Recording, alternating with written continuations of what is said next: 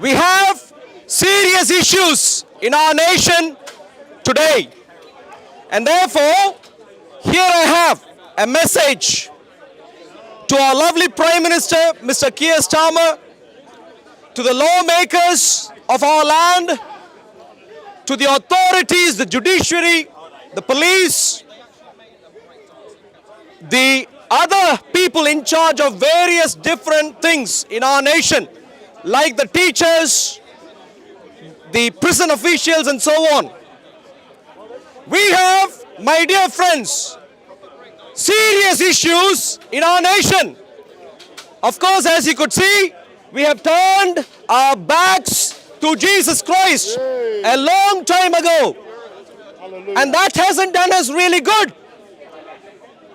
Because we have turned our backs to Jesus many centuries ago, today we have got to a place where Islam is trying to get into our land. Islam is trying to gain a foothold in our land. And we have an urgent problem to deal with, my dear friends. The urgent problem is we need to get Islam banned. And it's high time we get Islam banned. So to the Prime Minister, to the MPs, the lawmakers, may I please bring this very important message. Have we banned Islam yet?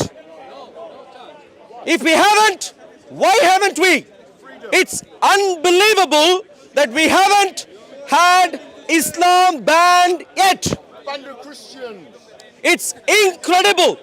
I mean, you just need to learn or read the Quran for 2 hours Ban Jesus. for you to figure out that Islam is doing no good to our land. Let me give you 2 broad areas of problems because of Islam. On the record, can you state why you're here? Can you tell these people why you're here? And do you hate the Muslims? That's a good point. The good question to ask. I'm a Christian. I follow my wonderful Savior, Jesus Christ, my Lord and my Savior. As a Christian, I've learned to love. Love even those who consider me to be their enemies. Love even at the cost of laying down my own life. I have been asked to love. I've been trained to love. And my Lord Jesus Christ is the best example at love. He said, greater love has no man than to lay down his life for his friend. So I've learned from my precious Lord Jesus Christ that I am supposed to love not just Christians, but I'm also supposed to love every other non-Christian, including Muslims. Muslims are precious as human beings. Human beings are precious. And therefore, one second. Human beings are precious. And therefore, as my precious Lord Jesus Christ has commanded me, I have been asked and I will obey my Lord Jesus Christ in loving my Muslim friends even to the point of death. Human beings are not my problem. Human beings are not the problem of our nation. What is a problem to our nation is the ideology. The ideology of Islam is manic. You only have to read through the Quran for a while to find out that Islam is completely against, utterly against women.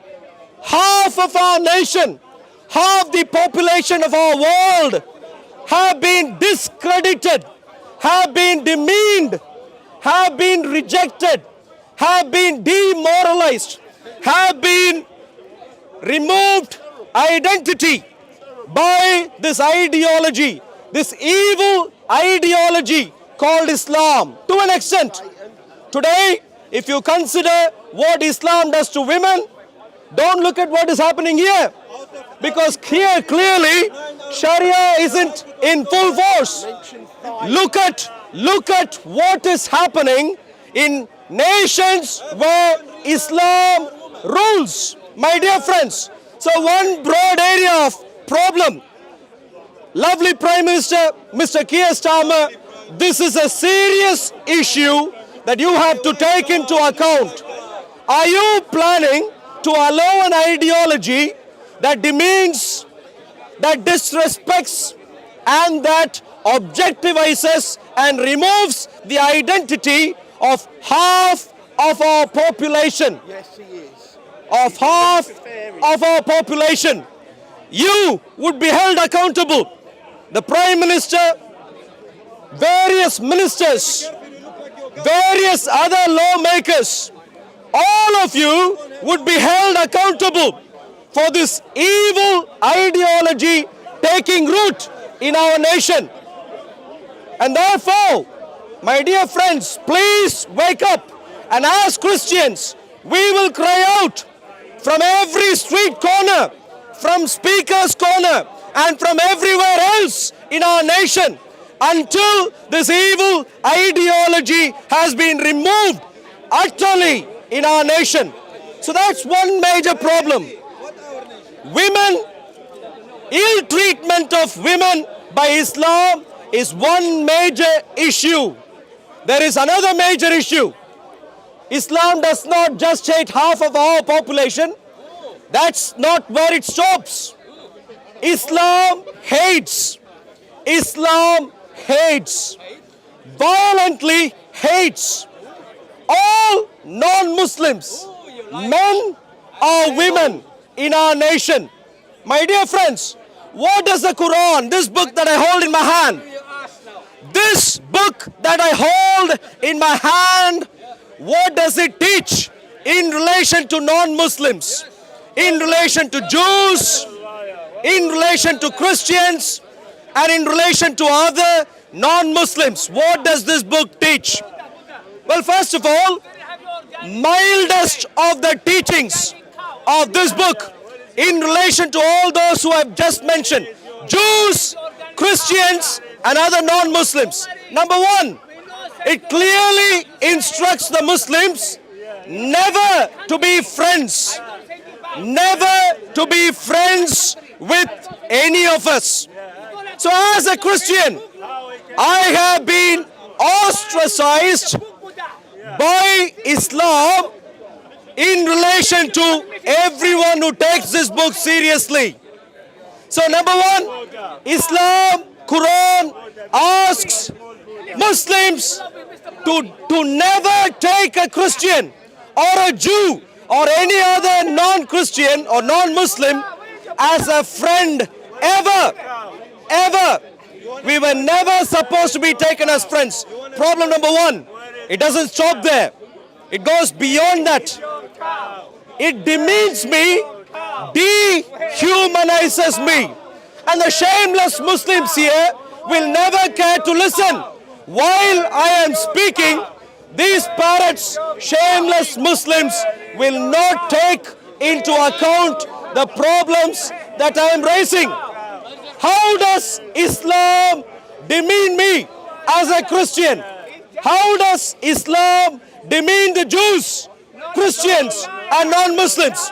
Well, the Quran takes every opportunity to call each one of us pigs, apes, worst of creatures, and anything of this like.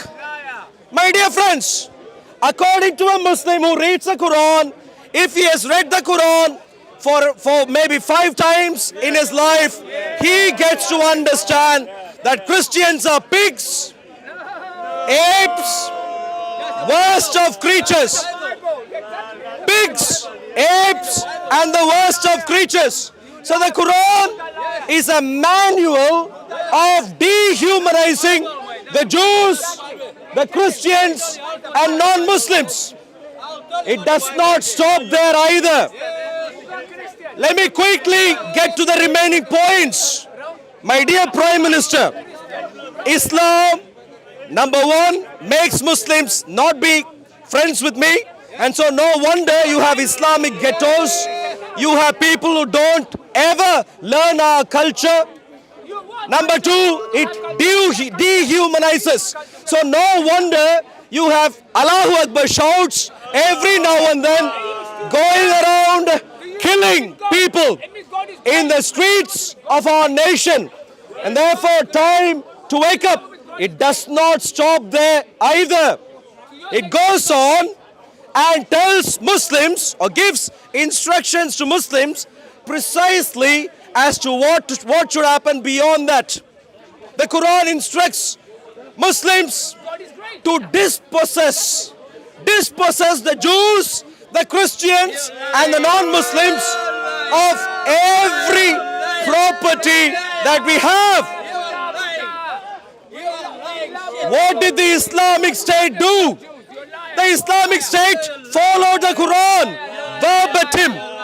When they chased people from Mosul, what did they do? They followed the Quran. Always come here And therefore, dear friends, to show the dignity, compassion, and love. so Islam instructs. Down by monsters who only use religion as a way to demonstrate hatred.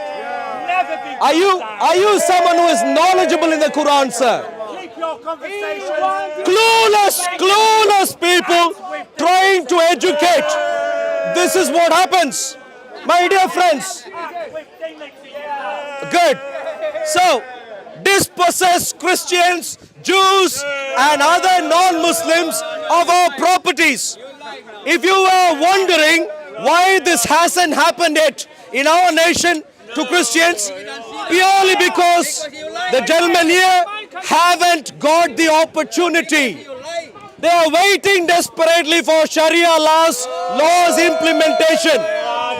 They are waiting desperately for al-Baghdadi to show up in our nation. When al-Baghdadi shows up in our nation, what would this gentleman do? The gentleman who merely uses his mouth today will begin using other things at his disposal. It is time to wake up, my dear friends. Dispossession of property. Third problem, it does not stop there. The Quran instructs Muslims, any faithful Muslim, to threaten, to curse, to fight, to kill, and to exterminate. Exterminate every Jew, every Christian, and every non-Muslim from our land.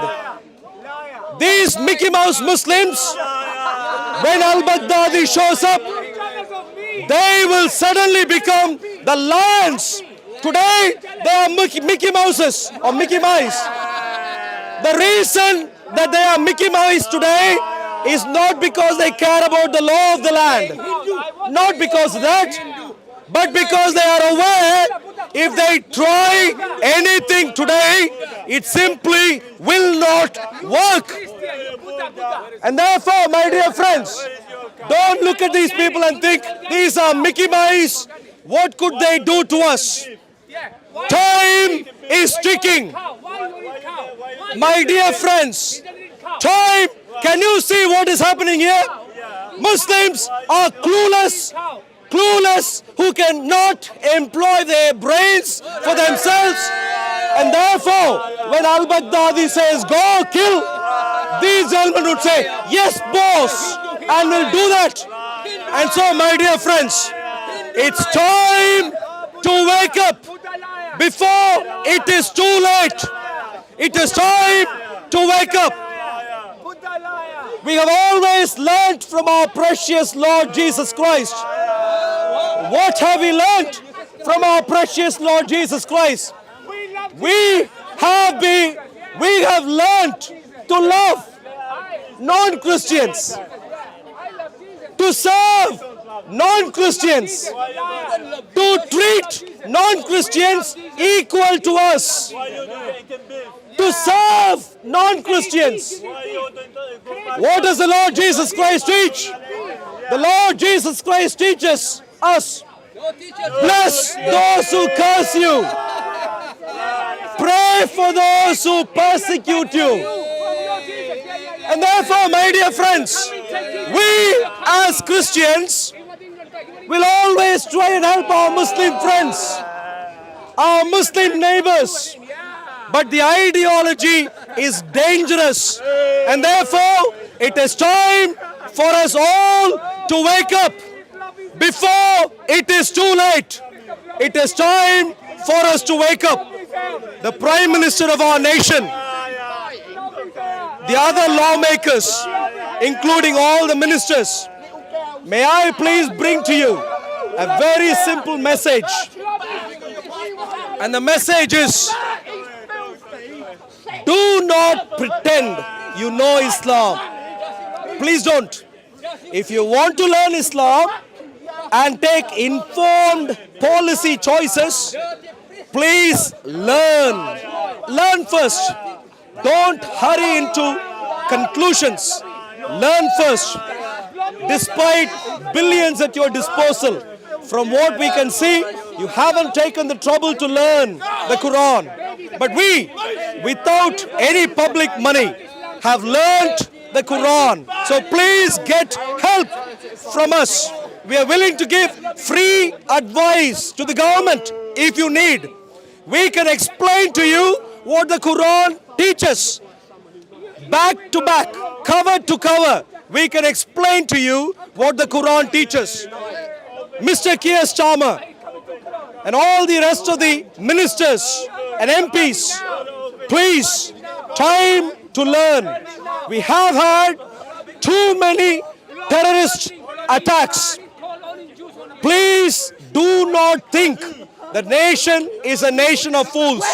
Please do not think that you can get away every single time by not getting to the root of the problem. The root of the problem is what I hold in my hand, my dear friends. The root of the problem is, in relation to Islam, what I hold in my hand. Read it in Arabic, read it in English, read it in French, read it in German, read it in any other language. Read it front to back, read it back to front, read it top to bottom, bottom to top. The message is the same violent message. And therefore, it's time to ban Islam from hence. From this time forward, we as Christians will always bring the same reminder. Have we banned Islam yet? It is too late already, my dear friends.